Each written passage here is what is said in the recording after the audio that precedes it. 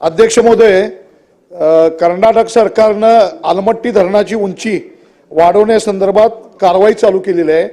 519.60 metre हा आता तिथं प्रकल्पीय संचित पूर्ण संचय पातळी आहे आणि आता त्याची संचित पातळी 524 मीटर करण्याचे नियोजन त्यांनी केलेलं आहे। जर आलमट्टी धरणाची उंची जर वाढवली तर कोल्हापूर जिल्हा आणि सांगली जिल्हा आज महापुरामधून अतिशय हानिकारक परिस्थितीत जातोय। पिकं उद्ध्वस्त होतात, शहरं गावं उद्ध्वस्त होतात।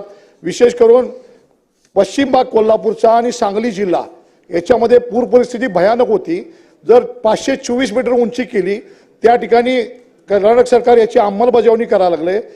त्यासाठी जमिनीचं हस्तांतरण करणं या सेवा त्या ठिकाणी त्यांनी चालू केलेल्या आहेत। कर्नाटक सरकारनं महापुराचा फटका अतिशय ज्यादा बसणार आहे आणि मला वाटतं या ठिकाणी कोल्हापूर आणि सांगली जिल्ह्यातली पूर परिस्थितीची गावं राहणारी नाहीत अशी परिस्थिती होणार आहे।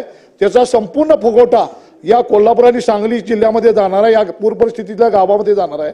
तरी या ठिकाणी मुख्यमंत्री आणि उपमुख्यमंत्री या दोन्ही उपमुख्यमंत्र्यांनी केंद्र सरकारवर पंतप्रधानांना या ठिकाणी सांगून या ठिकाणी या धरणाचं जे कामकाज चालू होणार आहे उंची वाढवायचं ते स्थगित करण्यासाठी आहे।